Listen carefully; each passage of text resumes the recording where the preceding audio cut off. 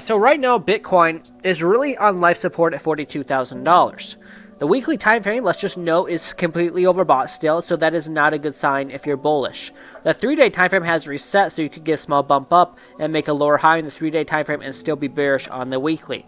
The daily time frame's kind of same situation as the 3-day, and the 4-hour time frame right now is oversold, so you could expect a bounce here at if you can stay above 42,000, which is a key level of support.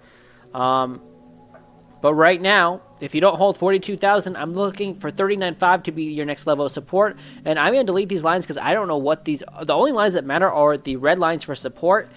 And I guess the 42K one is also support, so I'll leave that black one.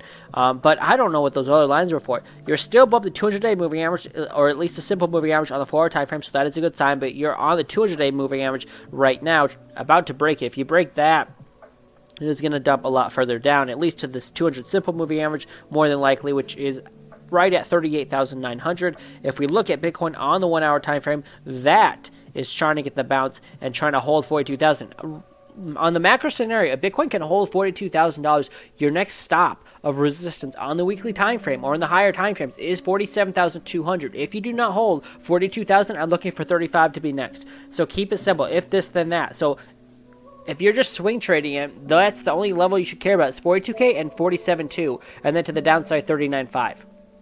But the biggest levels to watch is 42,000 and then 47.2 if you get the bounce to the upside. And that'd be a big bounce. But again, that's based off of the daily, 3-day, and weekly. The 4, I mean, that's what I care about. For Bitcoin, I care about the macro picture because the smaller time frames don't really matter to me. So that's what I'm looking for. If Bitcoin holds 42K, then you can go up to 47.2 in over time, and if you don't, then you can go down to 39.5. If you guys enjoyed this analysis, appreciate if you hit the like, subscribe, and hit the bell so you get notified every time I post a video and talk about Bitcoin. That's all I got.